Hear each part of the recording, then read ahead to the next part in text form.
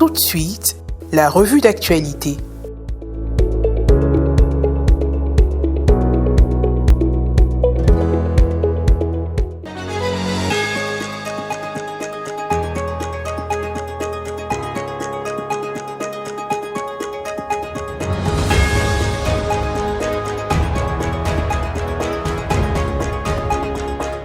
Madame, Monsieur, l'information s'invite chez vous. Merci de la recevoir. Voici les titres au sommaire. Diocèse d'Agboville, le dimanche 19 avril dernier, était jour d'action de grâce générale. L'église cathédrale Saint-Jean-Marie Vianney a même refusé du monde à l'occasion de la messe solennelle présidée par le nouvel évêque, son Excellence, Monseigneur Darius Assandé Ekou. Et puis, 3 nouvelles œuvres littéraires portant la signature de Sœur Salomé Ouedici étaient au cœur d'une conférence de presse suivie d'une dédicace le samedi 18 avril dernier. Cet événement a été organisé à la paroisse Saint-Jean de Cocody. Le dimanche 19 avril dernier, son Excellence Monseigneur Darius Assandé Ekou, nouvel évêque du diocèse d'Agboville, a célébré pour la toute première fois l'Eucharistie au sein de sa cathédrale Saint-Jean-Marie Vianney. Ayant eu lieu au lendemain de son ordination épiscopale, la célébration s'est voulue un moment d'action de grâce. Revivons l'événement avec Maria Bissier. Le dimanche 19 avril 2026, au lendemain de son sacre, son Excellence Monseigneur Darius Assandé Ekou, nouvel évêque du diocèse d'Agboville, a fait son entrée solennelle dans la cathédrale Saint-Jean-Marie Vianney, où se trouve son siège épiscopal. Il a rendu grâce à Dieu au cours de la messe dominicale qu'il a lui-même présidée en présence de ses confrères dans le sacerdoce ministériel. Dans sa prédication, le prélat a invité l'Assemblée à savoir manifester les œuvres de miséricorde. Les œuvres de miséricorde spirituelle pour les besoins spirituels. On peut se permettre d'en citer. Conseiller ceux qui sont dans le doute, et il y en a dans notre entourage. Enseigner ceux qui en ont besoin ou ceux qui sont ignorants, il y en a dans notre entourage.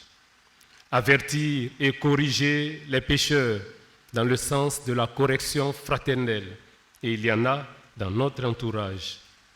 Consoler les affligés, nous en connaissons. Pardonner les offenses, même si cela est difficile, il nous faut y parvenir. Supporter patiemment les personnes ennuyeuses, une présence insistante et dérangeante. Même ces personnes-là, nous devons les accepter patiemment et prier pour elles, les supporter avec générosité.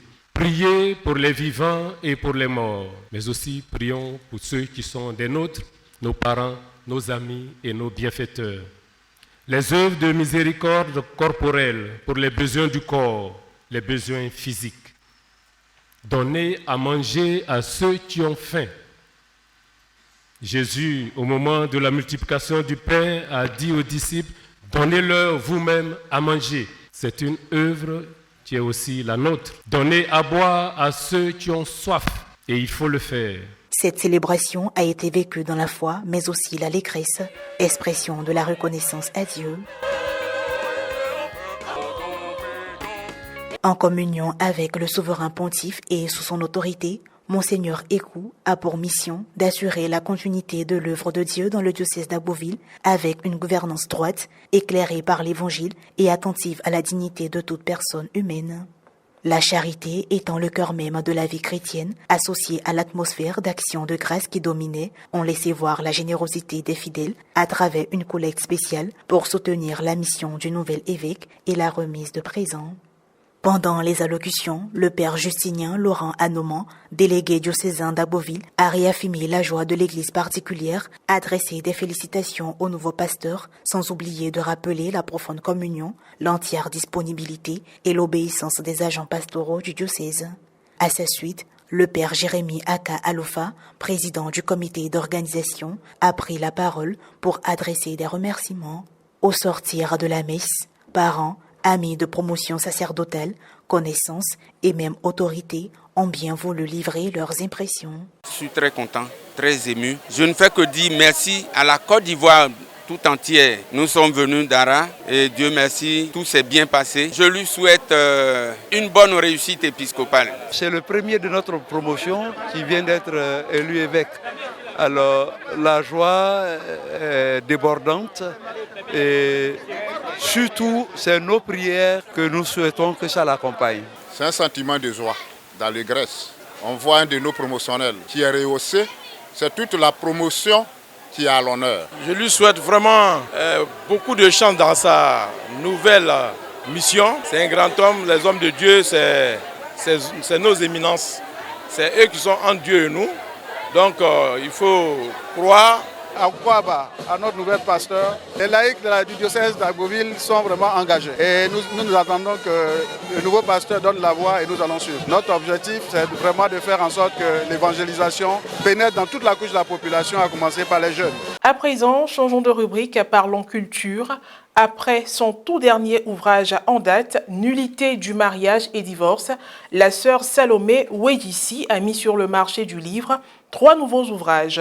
La présentation et la dédicace ont eu lieu le samedi 18 avril dernier à la paroisse Saint-Jean de Cocody. On fait le point à travers le reportage de Pierre Richemont, commenté par Morel Poti. La salle des fêtes Saint-Dominique de la paroisse Saint-Jean de Cocody a été le cadre choisi par la sœur Salomé Ouedjissi de la congrégation des sœurs passionnistes de Saint-Paul-de-la-Croix, par ailleurs docteur en droit canon et avocate au tribunal ecclésiastique d'Abidjan, pour présenter ces 3 ouvrages. Un enfant sans repère de père et de mère. Cet ouvrage aborde avec profondeur la réalité des enfants privés de repères.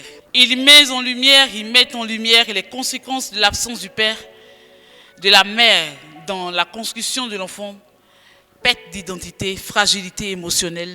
Mais au-delà du constat, ce livre est porteur d'espérance. Il propose des pistes de reconstruction en s'appuyant sur les valeurs éducatives, l'accompagnement humain, la paternité de Dieu comme repère divin. Les femmes africaines dans la vie religieuse et dans les communautés nouvelles. Ce livre est à la fois un hommage, un plaidoyer et un appel à une meilleure valorisation et intégration de la femme africaine, consacrée comme actrice majeure de l'Église. Puis, jeune, lève-toi et brille. Cet ouvrage est un cri d'espérance adressé à la jeunesse. Il encourage les jeunes à sortir du découragement, à dépasser les obstacles et à prendre conscience de leur potentiel. Le livre propose un accompagnement global du jeune. Après la présentation des ouvrages, l'auteur a fait un exposé sur le contexte de l'écriture, des principales thématiques ainsi que de l'utilité de cette œuvre dans le monde aujourd'hui. Il y a eu une interaction avec les participants pour une meilleure compréhension des œuvres. C'est toujours bon de venir s'inspirer en fait de vécu, d'expériences et tout pour se ressourcer. Le choix a été porté particulièrement sur un enfant sans repère de père ni de mère, qui ressentent un peu le rôle de la cellule familiale aujourd'hui où l'environnement est tout mutant. Elle revient encore pour réinsister, pour dire qu'on doit pouvoir reprendre nos enfants et surtout tenir compte de leur environnement. J'ai choisi 2 ouvrages, voilà. Jeune, lève-toi et brille, parce que notre jeunesse a besoin d'être orientée, d'avoir des repères. Et puis un ouvrage sur la nullité du mariage et le divorce. La cérémonie s'est poursuivie avec une chaleureuse séance de dédicace. Quel que soit le travail que je fais, réussir à tous égards, à tout niveau, pour que moi aussi demain je sois un cadre pour la société et pour le pays, notre Côte d'Ivoire. Voilà. C'est de là que jaillit vraiment ces différents ouvrages que je n'ai pas fait tout d'un coup.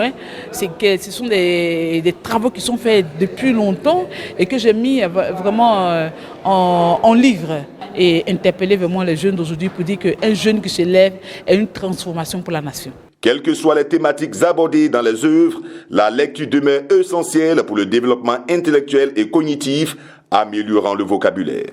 Terminons dans l'archidiocèse de Korogo pour parler société. Du 7 au 12 avril dernier s'est déroulé le Festi Orion, un événement alliant foi, apprentissage et divertissement. Le but de ce festival était d'inculquer une formation religieuse aux participants et célébrer la culture dans toute sa diversité.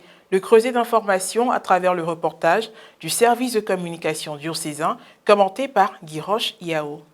Le Festi Orion, pour sa première édition, a été un carton plein. Tenu du 7 au 12 avril 2026 à la paroisse Notre-Dame de Fatima, dans l'archidiocèse de Korogo, sous le thème « Les enfants, soleil ou tempête de demain », cet événement a été organisé par les amis et sympathisants de Don Orion sous la direction du vicaire de la paroisse, le père Aristide Sika. Tout au long de la semaine, les participants ont pris part à un éventail d'activités soigneusement préparées comme des formations religieuses pour approfondir leur connaissance de la foi chrétienne et des valeurs de Don Orion, des ateliers d'apprentissage favorisant la créativité et l'éveil intellectuel des enfants, des concours bibliques qui ont stimulé leur esprit de compétition, des jeux et activités sportives pour renforcer la cohésion et l'esprit d'équipe, ainsi que des visites touristiques permettant aux enfants de découvrir les richesses culturelles de la région. Festi Orion a été rehaussé par la présence de son Excellence, Monseigneur Armand Koné, archevêque métropolitain de Korogo. Les 11 et 12 avril, jours de clôture, ont été ponctués par une soirée culturelle et une messe. La messe de clôture, célébrée par le père Aristide Sika, a marqué la fin officielle de cette première édition. À l'issue de la célébration, Madame Véronique Soro, responsable de l'activité, a exprimé sa reconnaissance aux parents, prêtres et correspondants qui ont accompagné cette aventure. Nous avons fait l'expérience de la première édition des Festi Orion et nous rendons grâce à Dieu parce que tout cela s'est bien passé.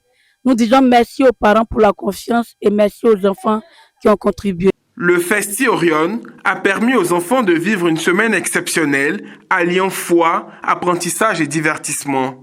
Ça a été un moment de joie avec les enfants et cette activité avait pour objectif de faire connaître aux enfants qui est Don Orion, son charisme, mais aussi leur inculquer des savoirs éducatifs et chrétiens.